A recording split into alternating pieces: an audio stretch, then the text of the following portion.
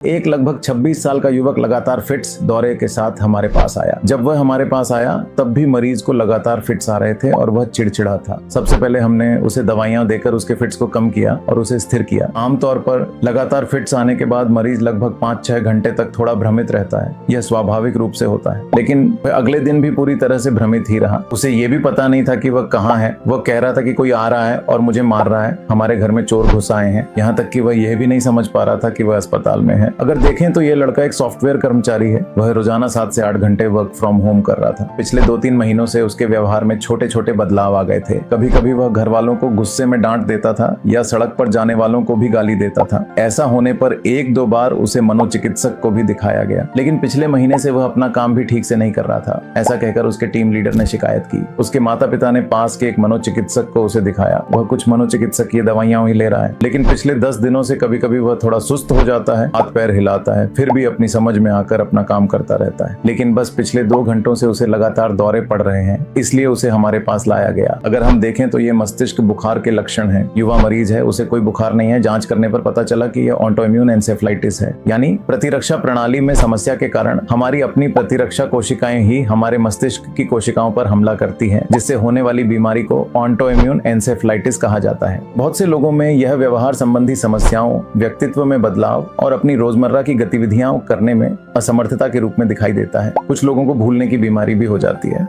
बाद में उन्हें दौरे, फिट्स भी आ सकते हैं। आमतौर पर फिट्स की दवाएं लेने से सामान्य दौरे कम हो जाते हैं, लेकिन इन लोगों में दौरे, फिट्स बढ़ते ही जाते हैं। अगर हम विशेष रूप से जल्दी पहचान कर कारण को देखकर सही इलाज दें तो वे लोग अपनी रोजमर्रा की गतिविधियां खुद कर सकते हैं। या फिर अगर यह समस्या ज्यादा बढ़ जाने के बाद हम इलाज शुरू करें तो अधिकतर लोगों में इसके कारण कुछ कमियां, डिफिसिट्स रह जाती हैं। इस खास व्यक्ति को हमने सही इलाज दिया और उसके दौरे, फिट्स को नियंत्रित करने के बाद 6 महीने बाद वह अपनी नौकरी पर वापस चला गया। धन्यवाद।